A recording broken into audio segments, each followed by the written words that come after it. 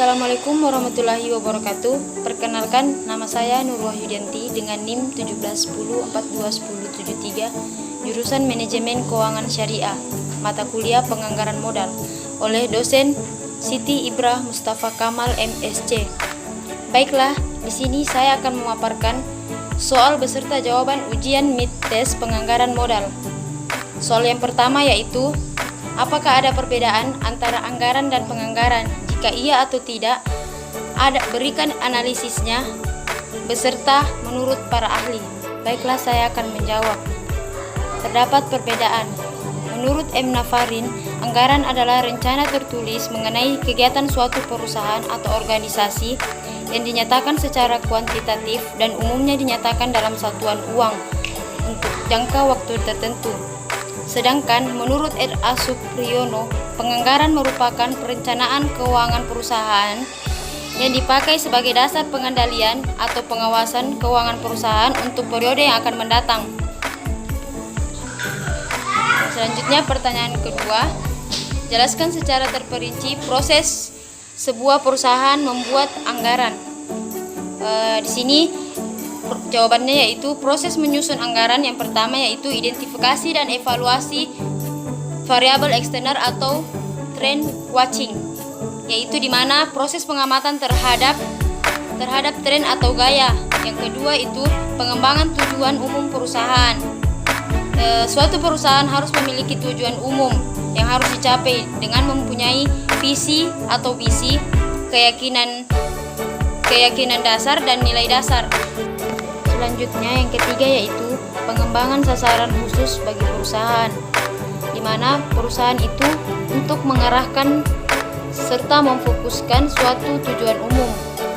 Yang keempat, pengembangan dan evaluasi strategi perusahaan, yaitu di mana kita dapat menentukan alternatif atau cara yang terbaik untuk mencapai tujuan umum. Yang kelima yaitu instruksi perencanaan manajemen eksekutif, yaitu seperti mengkomunikasikan materi perencanaan. Yang keenam itu mempersiapkan dan evaluasi perencanaan proyek, di mana kita memiliki konsep yang komprehensif dan biasanya akan mencakup suatu pendekatan yang sistematis. Selanjutnya yang ketujuh yaitu pengembangan dan persetujuan rencana laba strategis beserta taktik penerapannya. Dalam perusahaan, setiap manajemen memiliki tanggung jawab, lalu membaginya jika akan memulai kegiatan kinerjanya. Yang kedelapan yaitu pelaksanaan rencana laba, di mana rencana strategis dan kebijakan yang telah dibuat maka akan dapat menetapkan dasar untuk komunikasi yang efektif antar anggota. Yang kesembilan yaitu penggunaan laporan kinerja prodik. Bila mana rencana laba telah dilaksanakan dalam periode tertentu, maka selanjutnya laporan kinerja periodik yang dibuat berdasarkan laporan bulanan. Yang kesepuluh yaitu penggunaan anggaran biaya fleksibel, di mana anggaran ini memiliki konsep yang hanya digunakan pada biaya yang terpisah dari rencana laba yang telah dibuat, sehingga anggaran fleksibel ini bersifat tambahan. Yang ke-11 yaitu penerapan tingkat lanjut, di mana umumnya dibutuhkan alat pemisah antara sebab dan akibat.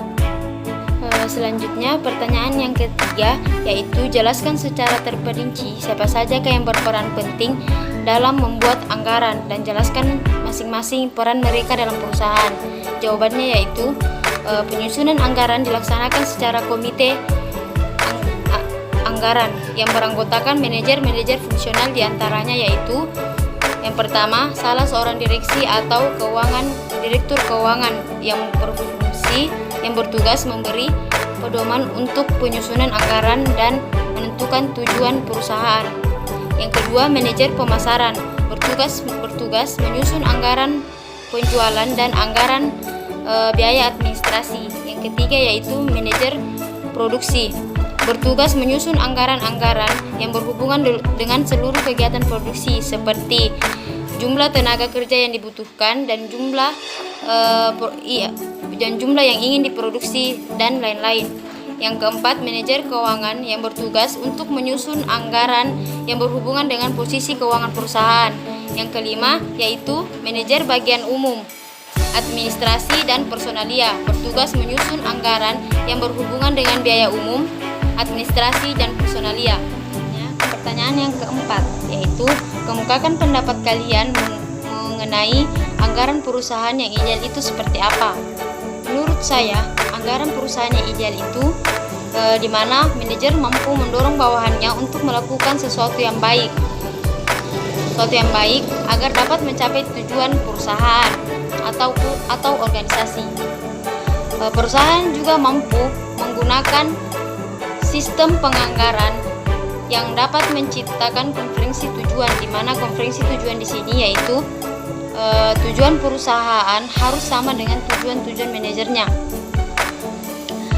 Manajer juga perlu tahu hasil apa yang telah mereka lakukan selama ini, setiap semester, setiap minggu, bahkan bulan, agar mereka mengetahui upaya keberhasilan mereka, serta kalau masih ada waktu untuk mengambil tindakan korektif, serta mengubah rencana jika dianggap perlu. Manajer dan bawahannya di dalam perusahaan mampu membuat anggaran dengan teliti dan baik agar apa yang dianggarkan dapat sesuai dengan tujuan yang ingin dicapai di suatu perusahaan. Selanjutnya, pertanyaan yang kelima. Apakah anggaran dapat berubah? Jika iya atau tidak, berikan analisisnya. Perubahan anggaran hanya dilakukan pada keadaan khusus. Hanya dapat diubah jika situasi internal dan eksternal yang tidak memungkinkan lagi untuk mempertahankan anggaran. Tetapi tidak setiap saat boleh diubah. Anggaran dapat dikelompokkan berdasarkan fleksibilitasnya dalam menghadapi perubahan, yaitu yang pertama, anggaran fleksibel, yaitu anggaran yang dapat diubah sesuai dengan situasi dan kondisi, seperti anggaran yang disusun untuk periode waktu tertentu di mana volumenya sudah ditentukan, tetapi diadakan revisi secara periodik. Yang kedua, anggaran tetap, yaitu anggaran yang tidak dapat diubah meski terjadi perubahan situasi dan kondisi, seperti anggaran yang disusun untuk periode tertentu di mana volumenya telah ditentukan, namun tidak diadakan revisi secara periodik. Baiklah, selanjutnya pertanyaan yang keenam. Dari tugas kalian, anggaran manakah yang digunakan oleh semua jenis perusahaan? Berikan alasannya. Dari semua tugas yang diberikan, menurut saya anggaran yang digunakan oleh semua jenis perusahaan adalah anggaran tenaga kerja. Kenapa? Karena setiap perusahaan pasti membutuhkan tenaga kerja untuk melakukan semua aktivitas produksi yang ada di perusahaan. Tenaga kerja merupakan salah satu faktor produksi yang utama dan selalu ada dalam perusahaan. Meskipun di setiap perusahaan mempunyai mesin, tetapi mesin tersebut tentu perlu ditangani oleh tenaga kerja manusia. Anggaran tenaga kerja terbagi atas dua, yaitu anggaran tenaga kerja langsung dan anggaran tenaga kerja tidak langsung. Anggaran tenaga kerja langsung yaitu terbatas pada tenaga kerja yang di pabrik yang secara langsung terlibat pada proses produksi dan biayanya dikaitkan pada biaya produksi atau pada barang yang dihasilkan. Biaya tenaga kerja tidak langsung, anggaran tenaga kerja tidak langsung yaitu terbatas pada tenaga kerja di pabrik yang tidak terlibat secara langsung pada proses produksi dan biayanya dikaitkan pada biaya overhead pabrik. Baiklah, pertanyaan yang terakhir yaitu pertanyaan yang ketujuh. Setujukah kalian jika perusahaan ingin menggunakan anggaran yang sama dengan anggaran yang tahun lalu? Jelaskan. Tidak, karena menurut saya anggaran perusahaan dibuat atau dianggarkan untuk 1 tahun ke depan. Anggaran selama setahun itu tersebut digunakan untuk mengetahui rencana pengeluaran sebuah organisasi perusahaan sehingga perusahaan bisa membatasi kebutuhan yang tidak dirasa penting. Anggaran tahun lalu juga bisa menjadi contoh untuk anggaran ke depannya,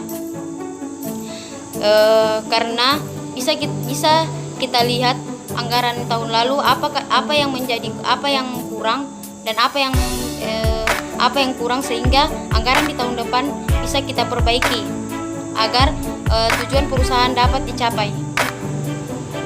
Baiklah teman-teman, itulah soal dan jawaban mid-test penganggaran modal. Semoga apa yang sampaikan bermanfaat. Terima kasih, jangan lupa di like ya.